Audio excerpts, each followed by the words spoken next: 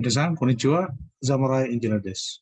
In this video of chapter 6, which means we are discussing the general requirements, we are now going to talk about the third module in this code, in this topic. Again, let's start with the objective of the code. The Life Safety Code addresses specific requirements to minimize danger to life from fire. It involves smoke, heat, and toxic gases. And in doing so, it also provides mission continuity and property protection. Take note, that is not the main objective. The objective, as we learned from previous module, is to minimize danger to life, okay, in both new construction and existing building. So in this part 2 of code discussion, we have 3 sub topics: Code SPA, Occupancy Classification, and Hazard of Contents. We are on number 6, and under which we have to discuss scope, purpose, and application. This is what we call SPA. And in addition, we will also tackle the concept of equivalency and general code provision. So we are now on the application. So in this presentation, we're going to discuss the application for which the Life Safety Code try to apply to. Okay.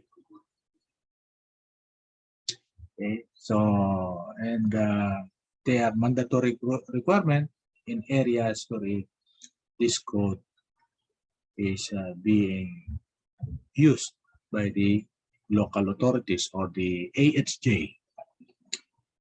So the code really applies to 2 major types of structure, what we call new structures and existing structures.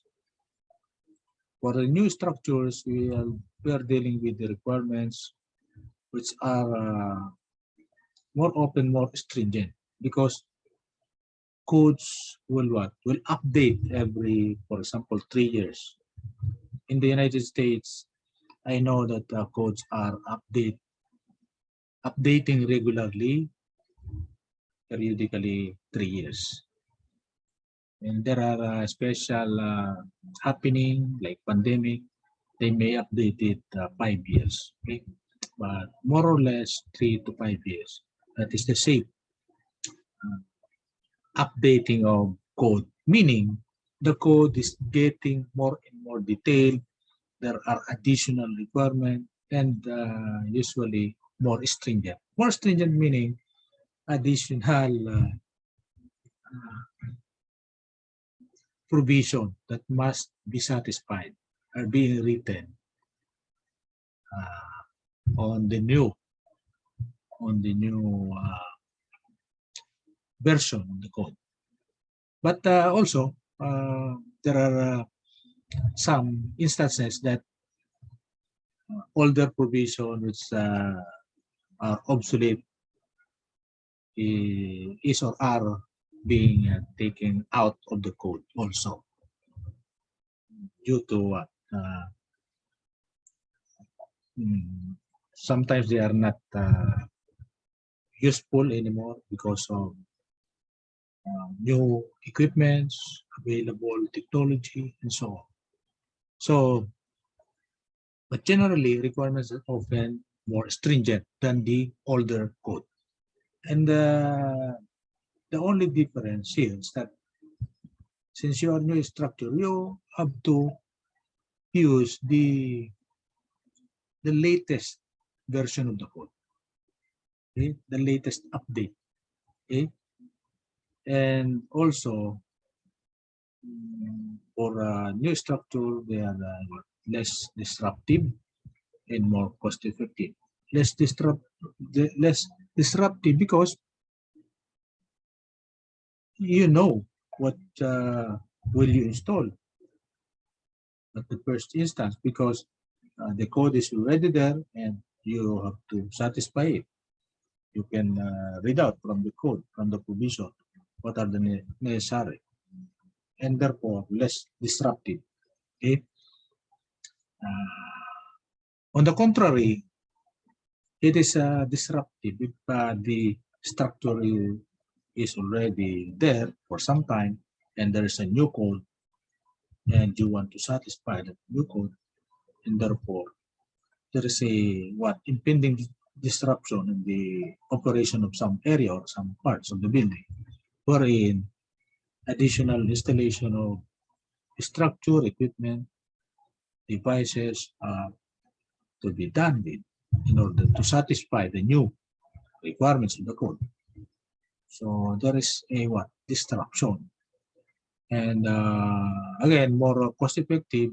On the contrary, it is not cost effective if there are existing equipment that are already obsolete and you have to install another equipment or structure for that matter that are required by the new provision of the code. So more costly. It is more costly. Okay. So therefore, because of these two types, there are differences, actual work to be done, design to be done, process to be dealt with, and permission application, okay, permits. Okay? So an existing structure, if no modification appears within a code requirement, the same provision applies. So that is also an advantage when your structure is existing already, but there is no new provision of the code that would require from your structure to be replaced or to be modified. So, but you cannot stay like that forever, because your building would be would stay for 30 to 50 years, and it is surely it will come a time. The time will come that there must be a modification.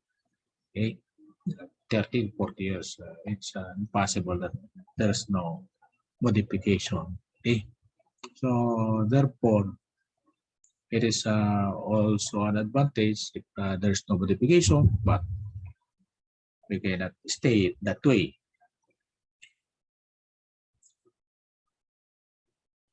And for example, specifically new in this current version of the code, meaning 2018, NFPA 101 2018, no? It adds the requirements for vehicles and vessels.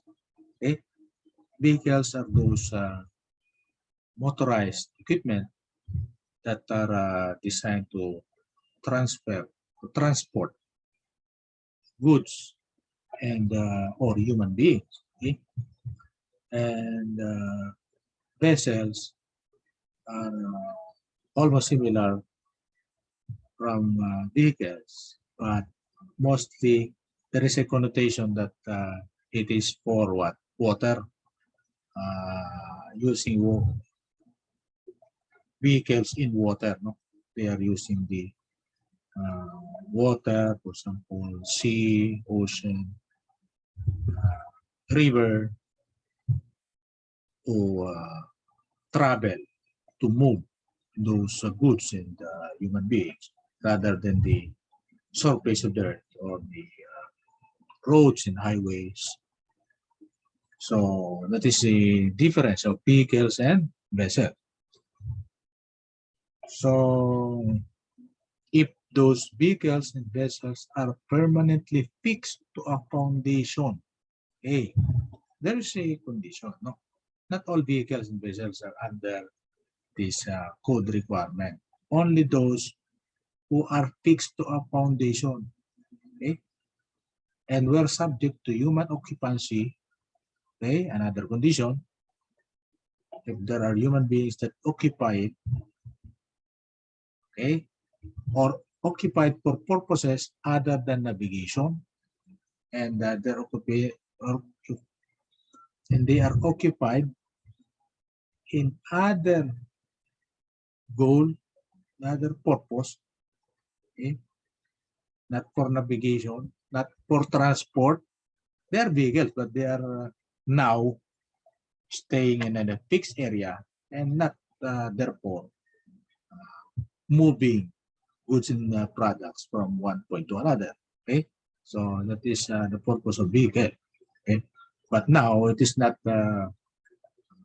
in fact vehicle because it is a vehicle in form, but it is not essentially a vehicle in purpose because it is now fixed. Okay, for example, you can see so many container vans. Okay, and in fact they already take out those tires and wheels, and the containers are already there for what?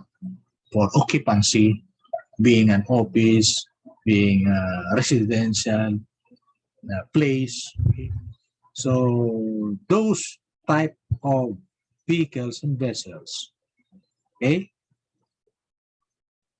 under those conditions, those three conditions, fixed, subject to human occupancy, or using in other purposes rather than navigation, shall comply with the requirements of the code. Now, that is new. This is new. This is new application, no? That are appropriate to buildings of same occupancy. What purpose are you using this vehicle that is now fixed? Okay. Okay. So if the purpose is as an office, so the occupancy type is what? Business occupancy. Okay. So this is what we are seeing in this application module. So even though we are discussing this in a very short video, it is very important to clearly understand that we have what? New construction, we have existing construction, we have existing structure, and we have what? Vessels and vehicles.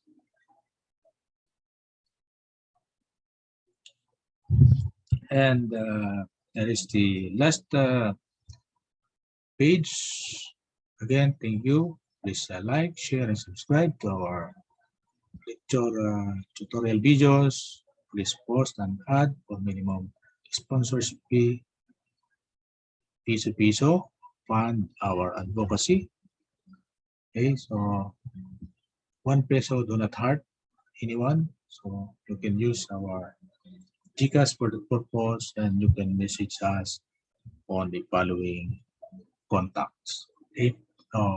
Again, this is Dr. DrEYPEI, preaching engineering for nation building.